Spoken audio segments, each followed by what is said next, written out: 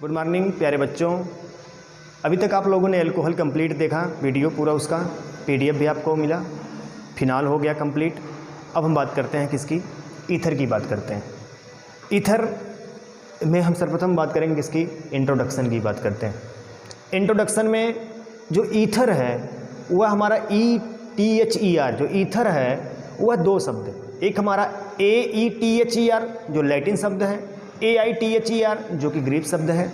इन दोनों शब्दों से मिलके बाद में इसको मॉडिफाइड किया गया, बाद में इसे क्या कहा गया, ईथर कहा गया। ईथर जो होता है, एक वैज्ञानिक थे रेमंड लूली, इन्होंने एक एल्कोहल लिया, क्या लिया, एल्कोहल लिया और उस पर अपक्रिया करवाया oil of vitriol.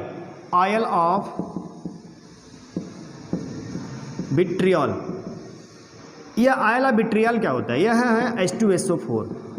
Oil of vitriol को हम क्या कहते हैं, H2SO4 या H2SO4 को हम क्या कहते हैं, आयल ऑफ विट्रियल कहते हैं। इस एल्कोहल का उन्होंने आयल ऑफ विट्रियल के साथ जब अपक्रिया कराया तो उनको एक नया ऑर्गेनिक कंपाउंड मिला, एक कार्बनिक यौगिक मिला, जिसको उन्होंने कहा ईथर है। ये अलग क्या है, ईथर है। और जो ईथर मिला वह एल्कोहल से ज़्यादा वाष्पशील था, किससे, एल्कोहल से। तो कब मिला ईथर हमारा, जब उन्होंने रेमंड लूली ने जब एल्कोहल के ऊपर आयल ऑफ विट्रियल की अपक्रिया करवाई तो उनको एक नया ऑर्गेनिक कंपाउंड मिला जिसे उन्होंने ईथर कहा, जो अधिक वाष्पशील था एल्कोहल से भी। और यह जो है दो शब्द, एक हमारा लैटिन शब्द AETHER एथर, ग्रीक शब्द आइथर से मिलकर क्या होता है, बाद में इसको ईथर कहा गया। जो ये लैटिन शब्द हैं, इनका जो अर्थ होता है, इनका अर्थ होता है साफ आसमान। तो इंट्रोडक्शन में जो भी थोड़ा सा था आपको बताया गया, दो शब्द ईथर आइथर, ठीक है। रेमंड लूली ने इसकी खोज किया था, किसके ऊपर, उन्होंने एल्कोहल के ऊपर आयल ऑफ विट्रियल की क्रिया कराई थी। आपको मेथड ऑफ प्रिपरेशन में क्रिया दी जाएगी, एल्कोहल के साथ क्रिया करवाते हैं किसका, H2SO4 का, तो क्या बनता है हमारा, ईथर बन जाता है। तो इंट्रोडक्शन था। इंट्रोडक्शन के बाद अब हम बात करते हैं इसके परिभाषाएं की बात करते हैं कि क्या क्या परिभाषाएं हो सकती हैं हमारे ईथर में। परिभाषा में देखते हैं, जैसे हमने एल्कोहल के बारे में बात किया था स्टार्टिंग में कि हम जल लेते हैं, जल के सापेक्ष देखते हैं इसकी परिभाषा क्या हो सकती है। अगर हम जल लेते हैं, अगर इसके एक हाइड्रोजन को हम रिप्लेस कर देते हैं किसकी, एक एल्किल ग्रुप के द्वारा करते हैं, तो बन जाता है क्या, ROH बन जाता है। अगर दूसरी बार हम दूसरे हाइड्रोजन को यहाँ से रिप्लेस कर दें और क्या जोड़ देते हैं, R जोड़ देते हैं, तो बन जाता है ROR। ये हमारा क्या है, ईथर है। तो इस जल के दोनों हाइड्रोजन को यदि हम रिप्लेस कर दें किसके द्वारा रिप्लेस कर दें, एल्किल ग्रुप के द्वारा रिप्लेस कर देते हैं, तो हमारा क्या बन जाता है,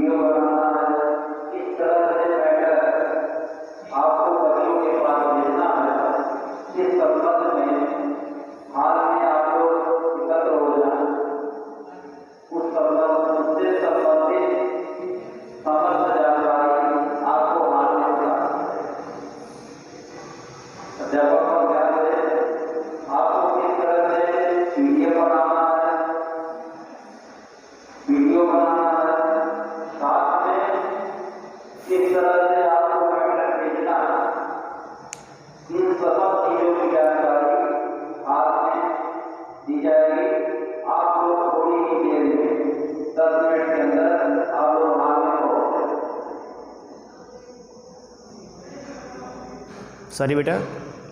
तो अब हम बात करते हैं, हमने कहा कि जल के दोनों अगर हाइड्रोजन को हम दो एल्किल द्वारा रिप्लेस कर देते हैं तो बन जाता है हमारा ROR, जो कि क्या होता है, ईथर होता है। यह हो गया एक जल के सापेक्ष हम देख सकते हैं कि ईथर कैसे बन सकता है। और दूसरी चीज़ है इसमें, जो इसकी परिभाषा के रूप में हम कह सकते हैं कि ईथर वे कार्बनिक पदार्थ हैं जिनमें एक द्विसंयोजी ऑक्सीजन परमाणु कितने, दो एल्किल ग्रुप के द्वारा क्या होता है, जुड़ा होता है, उसे हम क्या कहते हैं, ईथर कहते हैं। तो यह परिभाषा हुई जल के सापेक्ष। और इसके नॉर्मल कंडीशन में परिभाषा हम दे सकते हैं ईथर की, कि जो ऑक्सीजन परमाणु होता है वो दो एल्किल ग्रुप द्वारा जुड़ा होता है, तो क्या होता है, ईथर होता है। अब हम बात करते हैं इसके प्रकार की बात करते हैं, types of ether. Types of types of ether. अब ईथर की बात, परिभाषा की बात करते हैं, सॉरी हम टाइप्स की बात करते हैं। पहला है इसमें सिमेट्रिकल, दूसरा है अनसिमेट्रिकल।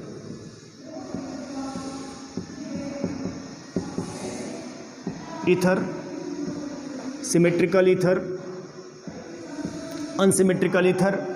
अब हम यहीं पे समझते हैं कि सिमेट्रिकल क्या होता है, अनसिमेट्रिकल क्या होता है। सिमेट्रिकल की हिंदी होती है सम्मित, इसकी होती है असम्मित। सम्मित मतलब किसी एक चीज़ को अगर हम दो भागों में डिवाइड करते हो, बराबर मतलब समान रूप से दो भागों में क्या हो जाए, डिवाइड हो जाए। तो इसमें क्या होता है, सिमेट्रिकल ईथर में क्या होता है कि जो ऑक्सीजन होता है, ऑक्सीजन परमाणु से जुड़ा हुआ एल्किल ग्रुप जो होगा वो दोनों क्या होंगे, समान होते हैं। जैसे example CH3OCH3।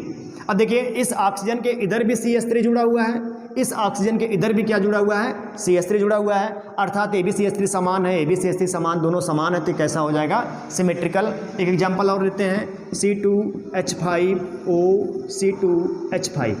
Dimethyl ether, diethyl ether, ये भी क्या है, इसमें भी C2H5 जुड़ा हुआ है, इधर भी क्या जुड़ा हुआ है, C2H5 जुड़ा हुआ है, तो ये हमारे कौन से हो जाएंगे, सिमेट्रिकल। अब हम बात करते हैं अनसिमेट्रिकल। अगर ऑक्सीजन परमाणु से जुड़े हुए जो हमारे एल्किल ग्रुप है अगर वो डिफरेंट होंगे, यहाँ पे सेम थे लेकिन अब क्या होंगे, डिफरेंट होंगे, तो हमारा क्या हो जाएगा, अनसिमेट्रिकल हो जाता है। अगर हम यहाँ पे जोड़ दें C2H5, ये हमारा क्या है, इधर CH3 है तो इधर C2H5, इधर एक कार्बन, इधर कितने कार्बन हो गए, 2 कार्बन, तो ये हमारे किसका एग्जाम्पल हो जाएगा, एथिल मेथिल ईथर, ये हमारा हो जाएगा अनसिमेट्रिकल ईथर का। तो ये टाइप्स ऑफ ईथर थे। अब हम बात करते हैं इसमें आइसोमेरिज्म की बात करते हैं, समावयता की बात करते हैं कि इसमें समावयता, ईथर जो होते हैं वह समावयता प्रदर्शित करते हैं, संरचनात्मक समावयता प्रदर्शित करते हैं, स्ट्रक्चरल आइसोमेरिज्म शो करते हैं। इसमें दो टाइप के करते हैं स्ट्रक्चरल में।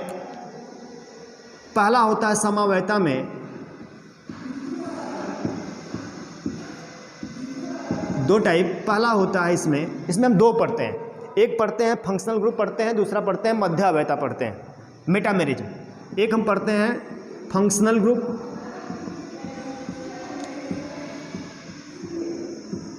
आइसोमेरिज्म, दूसरा है मेटामेरिज्म, मध्यावयता। अब आपको पिछली कक्षा में बताया गया है, 11 में पढ़ाया गया है समावयता। वहाँ पे आपको पता है समान अवयव होंगे जिनके अणुसूत्र समान होते हुए, कार्बनिक पदार्थ जिनके अणुसूत्र क्या होते हैं, समान होते हैं। ठीक, अणुसूत्र समान होंगे लेकिन उनकी जो स्ट्रक्चरल, जो उनका संरचना होगी वो क्या होगी, डिफरेंट हो जाती है। डिफरेंट संरचना होने के कारण उनके भौतिक गुण और रासायनिक गुण भी क्या होते हैं, परिवर्तित हो जाते हैं, बदल जाते हैं, चेंज हो जाते हैं। तो वह क्या कहलाते हैं, वह समावयता को प्रदर्शित करते हैं। अब इसमें दो पढ़ेंगे केवल हम ईथर में दो पढ़ने में पहला पढ़ेंगे क्या, क्रियात्मक समूह। इसका एक एग्जाम्पल लेके आपको समझाते हैं। एग्जाम्पल में हम पहला लेते हैं C2H6O। एक एग्जाम्पल लेते हैं C2H6O। अब इसको दो अवयव लिखते हैं, इसके दो अलग अलग कार्बनिक पदार्थ लिखते हैं। मॉलिक्यूलर फार्मूला में कोई परिवर्तन नहीं होगा। जैसे CH3OCH3, यह पहला हो गया। देखिए कितने कार्बन, 2 कार्बन, कितने हाइड्रोजन, 6 हाइड्रोजन, कितने ऑक्सीजन, एक ऑक्सीजन, तो C2H6O। अब हम लेते हैं CH3CH2OH।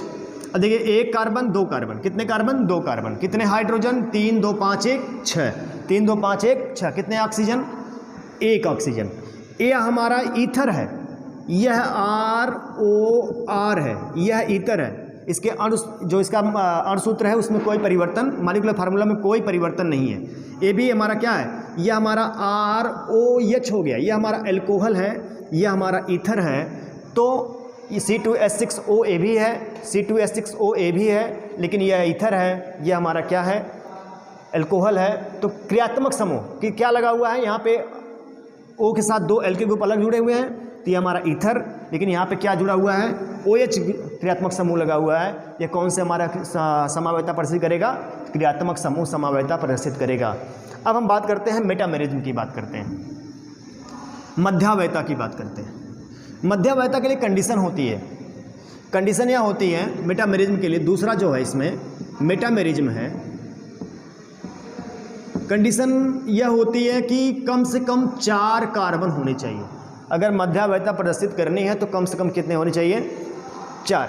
अब इसमें जो एल्किल ग्रुप जुड़े होंगे, अब एग्जाम्पल हम देखते हैं, एक एग्जाम्पल लेते हैं C2H5O C2H5, ठीक है, 4 कार्बन हैं। अब हम इसको क्या कर सकते हैं, यहाँ पे इस ऑक्सीजन के इधर भी एथिल ग्रुप है, इस ऑक्सीजन के इधर भी एथिल ग्रुप है। अगर इसी को हम लिखना चाहें मध्यावयता, क्योंकि यह ऑक्सीजन परमाणु रहेगा सेंटर में, लेकिन जो एल्किल ग्रुप जुड़े हुए हैं उनमें क्या होगी, भिन्नता आ जाती है। अगर हम इस तरह भी लिख सकते हैं CH3O CH2 CH2 CH3, यह हमारा डाई एथिल ईथर है। यह ईथर हमारा, ए भी हमारा ईथर, लेकिन यहाँ पे देखिए कितने कार्बन, 2 2 4, कितने हाइड्रोजन, 5 5 10, 4 हाइड्रोजन 4 कार्बन 10 हाइड्रोजन, कितने ऑक्सीजन, 1। यहाँ पे देखो 3 2 5 2 7 3 10, 1 2 3 4, C4H10O C4H10O ए भी है, C4H10O ए भी है यहाँ पे। तो यहाँ पे क्या होगा, अगर हम इस डाई एथिल ईथर हो गया 2 मेथॉक्सीप्रोपेन,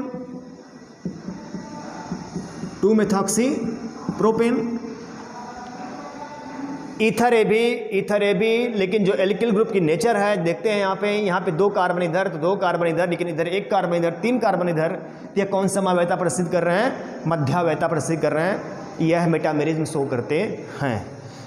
तो मेटामेरिज्म के लिए कंडीशन है कि कम से कम कितने कार्बन होने चाहिए, 4 कार्बन होगा जाके तब यह मध्यावयता को प्रदर्शित करते हैं।